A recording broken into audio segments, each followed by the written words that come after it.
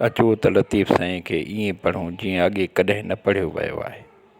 जुट पिटे पियो झंग हाड़े पुछ महोत खे, सूर सुबेली ससुई लक तहीं सी लंघ, त सुप्रियां जे संग मुंद मेड़ाओ तो थिए।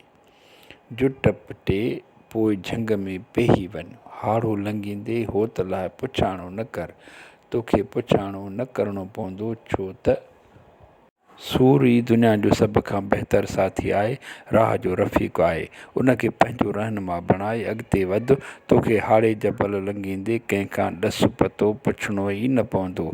ए ससुई, जेकॾहिं इन नसीहत ते अमल कई त पोइ पुनुअ सां मिलणु मुमकिन अथई।